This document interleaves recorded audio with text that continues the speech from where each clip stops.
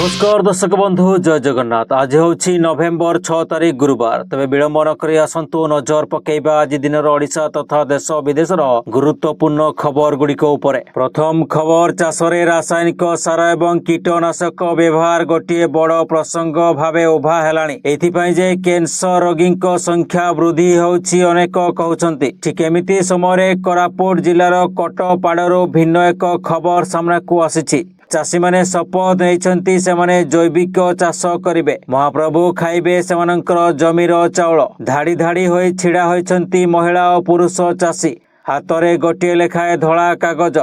शपथ नेउछन्ति चाष शैली रे परिवर्तन करेंगे। जैविक सार प्रस्तुत करी निज जमीरे प्रयोग करेंगे। आउ प्रयोग करेनि रासायनिक सार। जमीरे कीटनाशक प्रयोग न करी जैविक औषध व्यवहार करेंगे। पूर्वर परीक्षामूलक भावे 20 रु अधिक चाषी जैविक पद्धति रे धान चाष करी सफल होइछन्ति। ए सफलता तांको एभली निष्पत्ति नेबाकू बल देइछि। केवल सेतिकी नुहे, जैविक चाष कले उत्पादन सिना कमुछि, दाम किंतु अधिक मिलुछि। एपरिकी पुरस्कृत मध्य हेउछन्ति। परवर्ती खबर, अर्थनैतिक दुर्बल श्रेणीर महिला मानकू सशक्त करने लक्ष्य रे विभिन्न राज्य रे आरंभ होइतिबा शर्त मुक्त नगद ट्रांसफर योजना राज्य गुड़िकर आर्थिक चाप बढ़ाउछि। पीआरएस लेजिस्लेटिव रिसर्च रे एक रिपोर्ट रे एही तथ्य प्रकाश पाइछि। रिपोर्ट अनुसार महिलांक पई एही योजना कार्यकारी करुथबा राज्यर संख्या 2022-23 रे मात्र 2टी थिबा बेले 2025-26 बेलकू एहा 12 को वृद्धि पाइछि। 2025-26 बजेट अटकल अनुसार यही महिला केन्द्रित कार्यक्रम राज्य गुड़िक मिलित भाव में 1.68 लाख कोटी टंका खर्च करिवे बोली आशा करा जाउछि, जहाँ भारतर मोट जीडीपी 0.5% सह समान। एपरी योजना कार्यकारी करुथबा 12टी राज्य मध्यरु 6टी राज्य 2025-26 ପାଇଁ राजस्व नियंट आकलन करिसेंति। रिपोर्ट रे कहा जायछि जे एही नगद ट्रांसफर व्यय को बाद दिया गले अनेक राज्यर आर्थिक सूचकांक रे उन्नति देखा जाउछि। पीआरएस सतर्क कराइछि जे जदि अधिक राज्य उपार्जन रे अनुरूप वृद्धि न करी एपरी कल्याणकारी मॉडल ग्रहण करंती। खबर, प्रधानमंत्री नरेंद्र मोदी बुधवार संध्यारे नुआ दिल्ली बासभवन रे आईसीसी महिला विश्वकप विजेता भारतीय क्रिकेट दल को भव्य संबर्धना जणाइछन्ति। चैंपियन एथलीट मानकू संबर्धित करिबा तथा सेमानक सफलतार कहानी सुनिबार परंपरा बजाय रखी मोदी अधिनायिका हरमनप्रीत कौर एवं समग्र दल को स्वागत जणाइथिले। हरमनप्रीत कौर नेतृत्व रे भारतीय महिला दल रविवार नवी मुंबई रे दक्षिण आफ्रिका को 52 रन रे परास्त करी प्रथम थर पई विश्वकप ट्रॉफी जीती इतिहास रचिथिला। परवर्ती खबर, ओडिशार गौरव तथा ऐतिहासिक कटक बालीजात्रा आनुष्ठानिक भावे उद्घाटित हो जाइछि। महानदी कूଳରେ आयोजित ଏହି महोत्सव को मुख्यमंत्री निजे उद्घाटन करछन्ति। उद्घाटनी उत्सव रे मुख्यमंत्री सह मंत्री सूर्यवंशी सूरज, सांसद भर्तृहरि महताब, विधायिका सफिया फिरदौस एवं विधायक प्रकाश सेठी प्रमुख उपस्थित थिले। बालीजात्रा प्राचीन काल रे ओडिशार साधव मानक द्वारा हेउथिबा सामुद्रिक वाणिज्यर स्मृति को मने पकाई देइथाय। एहा एक बृहत वाणिज्य मेला भावे सर्वभारतीय स्तर में प्रसिद्ध लाभ करिछि। परवर्ती खबर, भोट चोरी को नहीं पुणी बोमा पकाइछन्ति कांग्रेस सांसद राहुल गांधी। पुणी थरे राहुल गंभीर अभियोग लगाइबा सहित हरियाणा रे 25 लाख रु अधिक फेक भोट होइतिबा दाबी करिसेंति। से आहुरी मध्य कहिसेंति जे हरियाणा रे ब्राजिल रो जणे मॉडल 22 थर भोट देइछन्ति। आ ए ब्राजिल रो मॉडल भोटर लिस्ट को आसिले केमिति बोली राहुल प्रश्न करिसेंति। राहुल गांधी कहिसेंति हरियाणा रे 2 कोटी भोटर अछन्ति। आ ता भितरु एथर 25 लाख भोट चोरी होइछि। एथिपाई मिछ फोटो व्यवहार करा जिबा सहित जणे महिलांक फोटो 100टी जगह रे व्यवहार होइथिबा मध्य कहिसेंति राहुल गांधी, जाकी एबे चर्चा सृष्टि करिछि। तबे राहुल गांधी को कहिबा कथा हरियाणा रे एही मिछ बा फेक भोट जगु कांग्रेस हारिथिला। बडे राहुल पुणी कहिसेंति बीजेपी रो हजार हजार भोटर यूपी रे भोट देउछन्ति। आ सही भोटर हरियाणा रे मध्य भोट देउछन्ति। जणे भोटर यूपी रे भोट देवा परे बापांक ना बदलाई हरियाणा रे भोट। परवर्ती खबर, शंकर पोस्टिंग को जेरा एसआई परीक्षा दुर्नीतिर मिलिछि नुआ सुराग। विजयनगरम दीघा मॉड्यूल व्यतीत आउ तृतीय मॉड्यूल सुराग पाइछि क्राइम ब्रांच। पश्चिम ओडिशार किछि जिल्लार आसाई को नहीं छत्तीसगढ़ रायपुर को जीवाकू योजना करथिला। शंकर एवं अन्य अभियुक्तों को जेरा परे सामना को आसिछि रायपुर मॉड्यूल।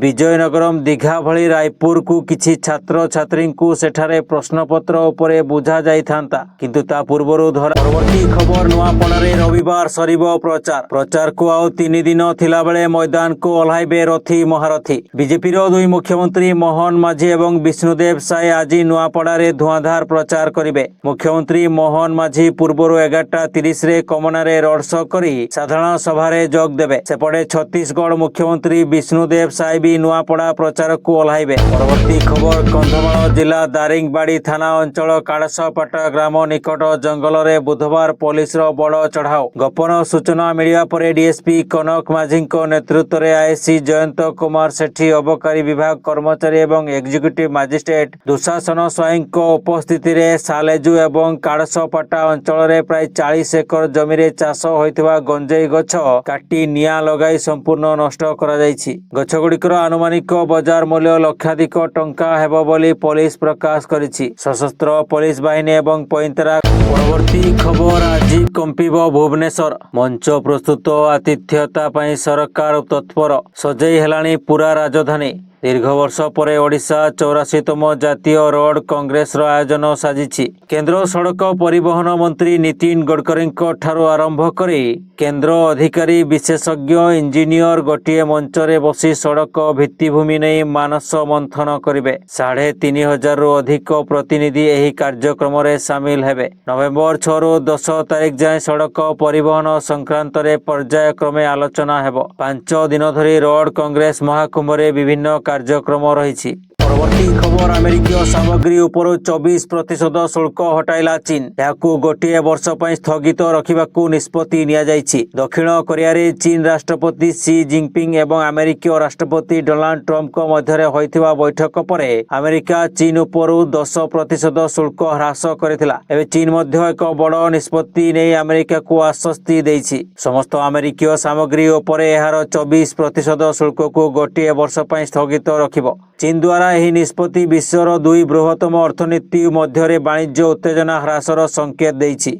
ପରବର୍ତ୍ତୀ ଖବର ପୀତବାସ ପଣ୍ଡା ହତ୍ୟା ମାମଲାରେ କ୍ରାଇମ୍ ସିନ୍ ରିକ୍ରିଏସନ୍ କଲା ପୋଲିସ। ବ୍ରହ୍ମପୁର ବୈକୁଣ୍ଠ ନଗର ଅଞ୍ଚଳରେ ହେଲା କ୍ରାଇମ୍ ସିନ୍ ରିକ୍ରିଏସନ୍। କଡ଼ା ସୁରକ୍ଷା ବ୍ୟବସ୍ଥା ଭିତରେ କ୍ରାଇମ୍ ସିନ୍ ରିକ୍ରିଏସନ୍ ହୋଇଥିବା ନେଇ ସୂଚନା ମିଳିଛି। ସାର୍ପ ସୁଟର କୁରୁପତି ଓ ବାଇକ୍ ଚାଳକ ଚିଣ୍ଟୁକୁ ନେଇ କ୍ରାଇମ୍ ସିନ୍ ରିକ୍ରିଏସନ୍ କରାଯାଇଛି। କେମିତି ଆସି ପଏଣ୍ଟ ବ୍ଲାଙ୍କରୁ ଗୁଳି କରି ଖସିଗଲେ ସେ ନେଇ ଅଭିଯୁକ୍ତ ଡେମୋ ଦେଖାଇଛନ୍ତି। ପରବର୍ତ୍ତୀ ଖବର 14 ବର୍ଷୀୟ ବୈଭବ ରାଇଜିଂ ଏସିଆ କପ୍ ପାଇଁ ଭାରତ ଏ ଦଳରେ ସାମିଲ। ବୈଭବଙ୍କ କ୍ୟାରିୟରରେ ସବୁଠାରୁ ଗୁରୁତ୍ୱପୂର୍ଣ୍ଣ ଟୁର୍ଣ୍ଣାମେଣ୍ଟ IPL ଏବଂ ଅଣ୍ଡର-19ରେ ଭଲ ପ୍ରଦର୍ଶନ କରିଥିଲେ ବୈଭବଙ୍କ ବ୍ୟତୀତ ନାହାଲ, ୱେଢେରା, ରମଣଦୀପ, ଆଶୁତୋଷ ଶର୍ମା ଏବଂ ସୁୟଶ ଶର୍ମାଙ୍କ ଭଳି IPL ତାରକା ଟିମ୍ରେ ସାମିଲ। ଜିତେଶ ଶର୍ମା ଅଧିନାୟକ ଏବଂ ନମନ ଧୀରଙ୍କୁ ଉପ ଅଧିନାୟକ ଦାୟିତ୍ୱ ଦିଆଯାଇଛି।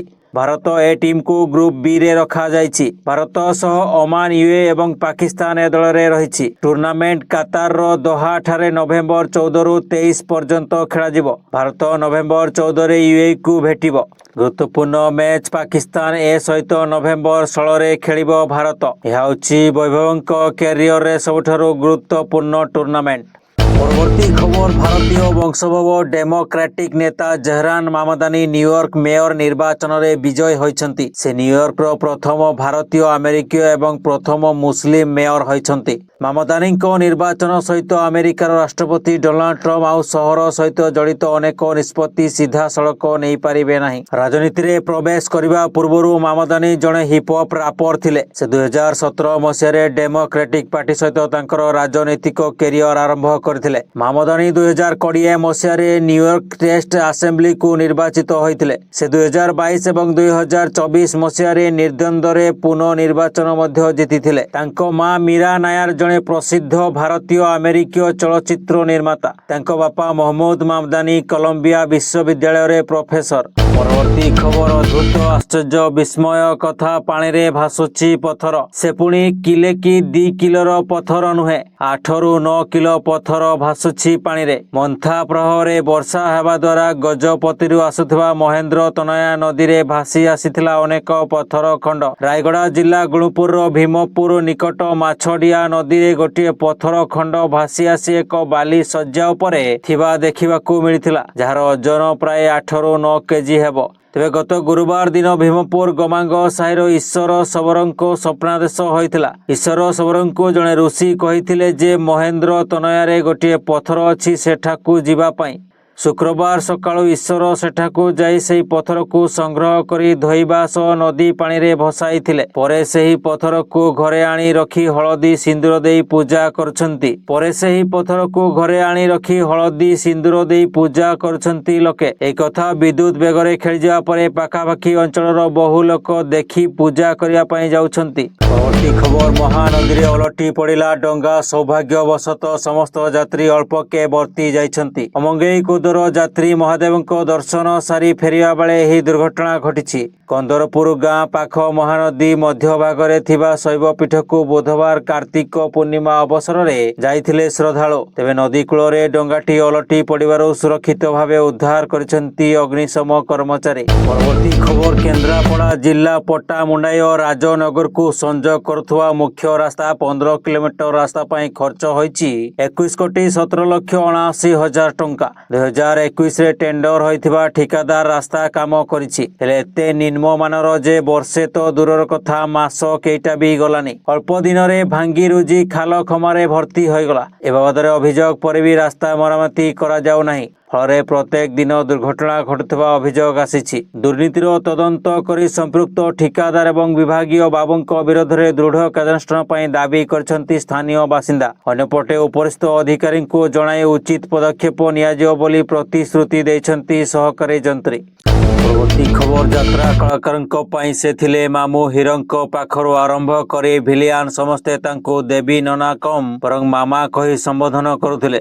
यात्रार एक मजबूत मूलदुआ पकाइथिबा तारापुर अपेरार प्रयोजिका मनोरमा दासंक से भाई थिले। जेहेतु कलाकार माने मनोरमा को माँ डाकुथिले एवं तेणु देवी रथं को मामू डाकुथिले। हेले यात्रा टाइगर आउ नाहांती। किछि अमानियंको डीजे उत्पात एबे देवींको जीवन नै जाइछि। देवींको मृत्यु परे एबे पुणी थरे डीजे साउंड केते डेंजर ताहाकु नै आलोचना आरंभ होइछि। देह असुस्थ थिबा बेले निज पैतृक बासभवन रे थिले देवी रथ। देवी रथंको घर आगरे प्राय 2 घंटा धरी डीजे बिकटाल शब्द करिथिबा बेले एही समय रे देवी रथंकर मृत्यु घटिथिबा अभियोग होइछि। दर्शक बंधु चैनल टी को जदि एबे जाय सब्सक्राइब करनांती तेबे सब्सक्राइब करी ऑल बेल नोटिफिकेशन आइकन टी को दबाई दियंतु जा फल रे प्रत्येक दिन सर्वप्रथमे आपण ताजा खबर गुडी को जानि परिबे। एवं भिडियोटी आपण केउ जिल्ला रो देखुछंती कमेंट माध्यम रे जणांतु एवं भिडियोटी को लाइक करी आपनक प्रियजन माननकु शेयर कर दियंतु।